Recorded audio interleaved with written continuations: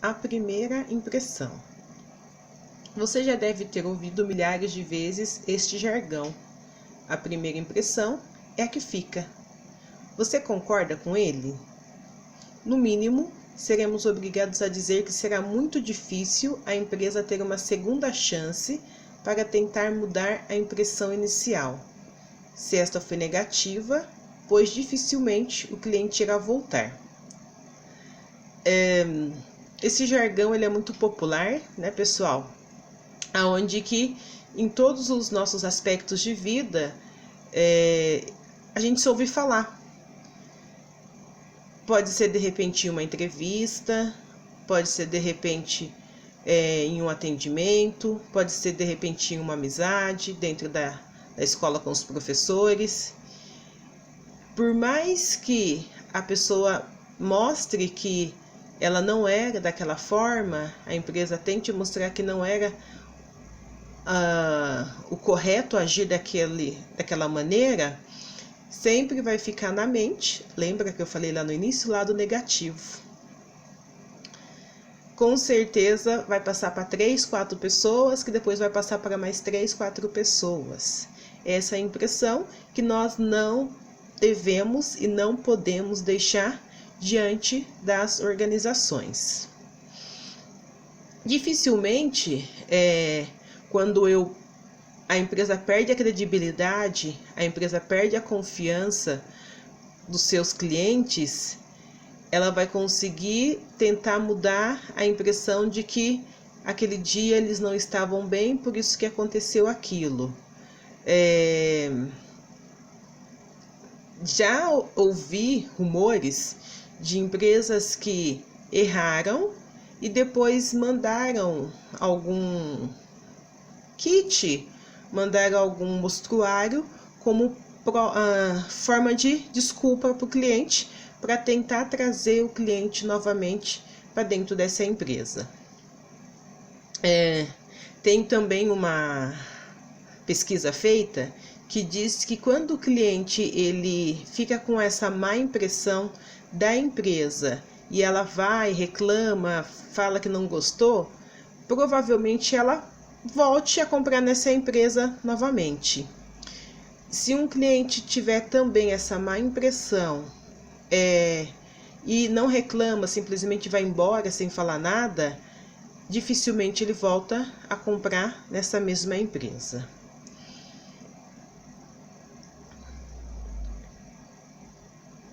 É muito mais difícil, também mais caro, trazer de volta o cliente perdido, aquele que foi mal atendido ou que não teve os seus desejos satisfeitos.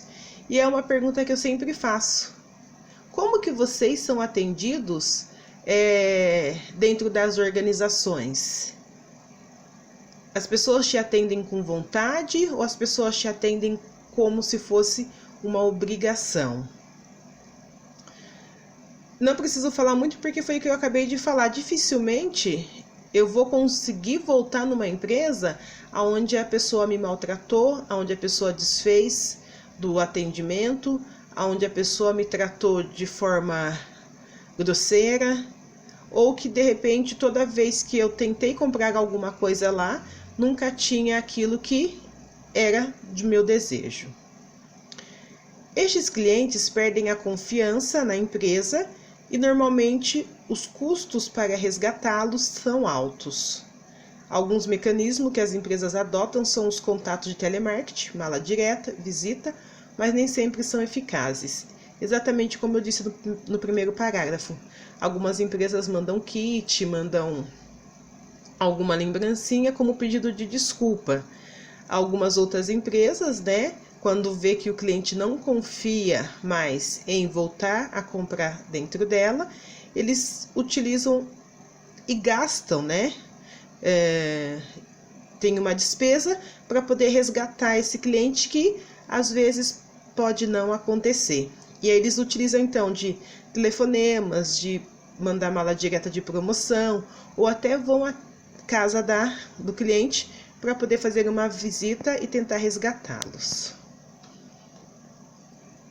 A maioria das empresas não tem noção da quantidade de clientes perdidos durante a sua existência, pois elas não adotam o mecanismo de identificação de reclamações ou insatisfações desses clientes. Eu já vi em alguns lugares caixinha de sugestões. É legal, gente, mas essas caixinhas de sugestões, elas precisam ser realizadas.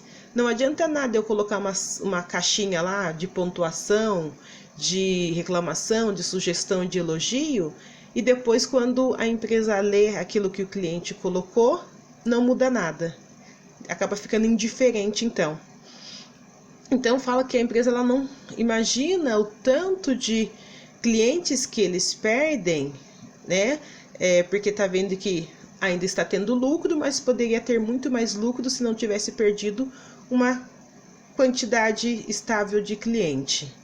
E aí eles não adotam esse mecanismo de melhoria quando se faz esse mecanismo de reclamações ou de insatisfações.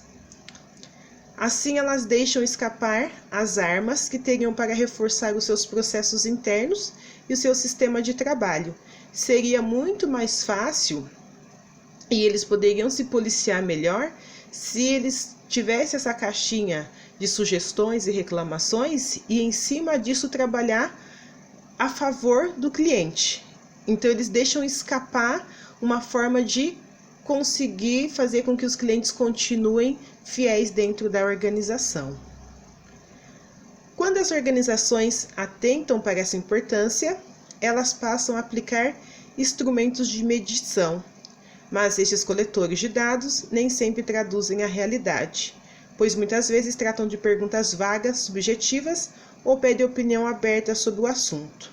Dessa forma, fica difícil mensurar e acaba-se por não colher as informações. Existem algumas empresas que elas fazem questionários ou de repente perguntas-respostas e o cliente ele não está apto naquele momento para ficar fazendo aquele questionário ou respondendo as perguntas.